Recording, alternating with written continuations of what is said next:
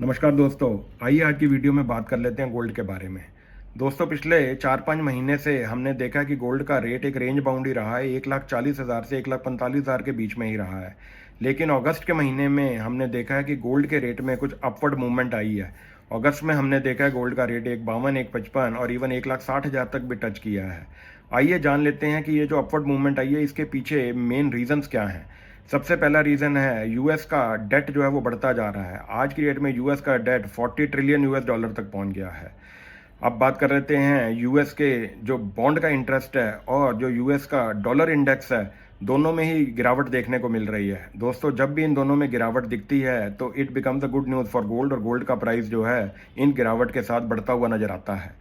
अब तीसरी बात कर लेते हैं जियोपॉलिटिकल सिचुएशन। जैसे कि आप जानते हैं ईरान और जो है यूएस में कुछ महीनों से युद्ध चल रहा है। ऑल्दो दोनों के बीच में एक एमओयू भी साइन हुआ था, लेकिन दोनों कंट्रीज ने वो एमओयू खत्म करके दोबारा से आपस में वॉर शुरू कर दिया है।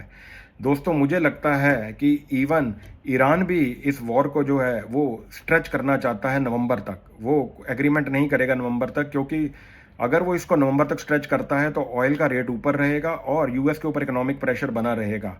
क्योंकि नवंबर में यूएस में मिड टर्म पोल हैं, तो ईरान चाहेगा कि इकोनॉमिक प्रेशर बनने की वजह से ट्रंप ये इलेक्शन हार जाए और जब नई सरकार आए तो ईरान उसके साथ एग्रीमेंट या एमओयू साइन कर दे। वैसे तो आपको पता ही है कि एक बहुत अच्छी ये कहावत है गोल्ड के बारे में, any bad news is a good news for gold.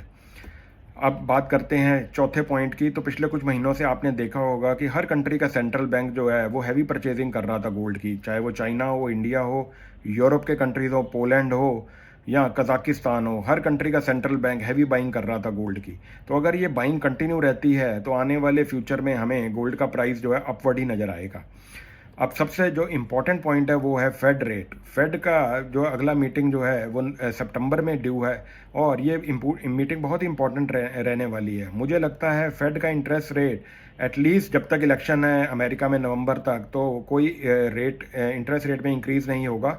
या तो रेट अनचेंज रहेगा या रेट जो है वो कम होगा।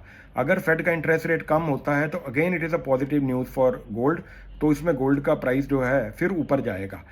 तो दोस्तों, इस एनालिसिस से हमें ये पता चलता है कि शॉर्ट टर्म लें चाहे लॉन्ग टर्म बात करें, तो गोल्ड हमें हमेशा short term and long term जो है वो बेनिफिट ही देने वाला है।